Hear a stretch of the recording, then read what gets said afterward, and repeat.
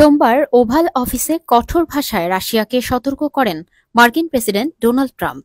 তিনি ঘোষণা দেন, ইউক্রেনে যুক্তরাষ্ট্রের অস্ত্র সহায়তা হবে আরও জোরালো, আর যুদ্ধবন্ধে চুক্তি না হলে ৫০ দিনের মধ্যে রাশিয়ার ওপর নতুন করে কঠোর শুল্ক আরোপ করা হবে।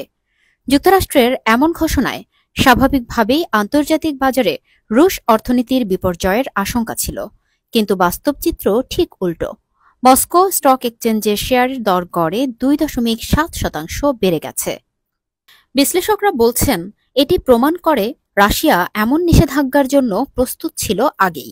মস্কোভস্কি কমসোমলেটস ট্যাবলয়েড তাদের প্রতিবেদনে বলেছে, ট্রাম্পের হুমকি হয়তো সুখকর নয়, তবে রাশিয়া আগেই কৌশল তৈরি করে রেখেছে। শুল্ক কার্যকরের সময় লাগবে, আর সেই ব্যবধানেই পাল্টা চালের সুযোগ পাবে ক্রেমলিন।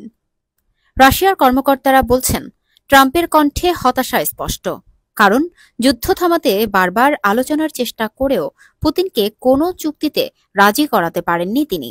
এদিকে মস্কো বারবার বলছে, আমরা শান্তি চাই, তবে নিজেদের শর্তে। তাদের দৃষ্টিতে ইউক্রেন যুদ্ধ কিয়েভ বা ন্যাটোকে নয়, বরং রাশিয়ার নিরাপত্তাকে হুমকিতে ফেলেছে পশ্চিমারা। রাশিয়ার দাবি, যুদ্ধ থামাতে হলে পশ্চিমা সামরিক সহায়তা বন্ধ করতে হবে, ইউক্রেনে গোয়েন্দা তথ্য দেওয়া থামাতে হবে। তবে ট্রাম্প ও ন্যাটো প্রধান মার্ক রুট জানিয়ে দিয়েছেন, এটি ঘটবে না, বরং ইউক্রেন পাবে আরও উন্নত ক্ষেপণাস্ত্র, গোলাবারুদ এবং বিমান প্রতিরক্ষা ব্যবস্থা। প্যাট্রিয়ট সিস্টেম পাঠাবে ইউরোপীয় দেশগুলো, যার ব্যয় বহন করবে তারাও। রুট বলেছেন, ন্যাটো এখন ঐক্যবদ্ধ হয়ে ইউক্রেনের চাহিদা পূরণে প্রস্তুত। আর ট্রাম্প দাবি করেছেন, যুক্তরাষ্ট্র নিশ্চিত করবে ইউক্রেন যা করতে চায় তা যেন করতে পারে। সব মিলিয়ে স্পষ্ট, নিষেধাজ্ঞা আর চাপের হুমকিতে দমছে না রাশিয়া, বরং কূটনৈতিক কৌশল আর যুদ্ধক্ষেত্রে সুবিধাজনক অবস্থানকে ভিত্তি করে সময় নিচ্ছে মস্কো।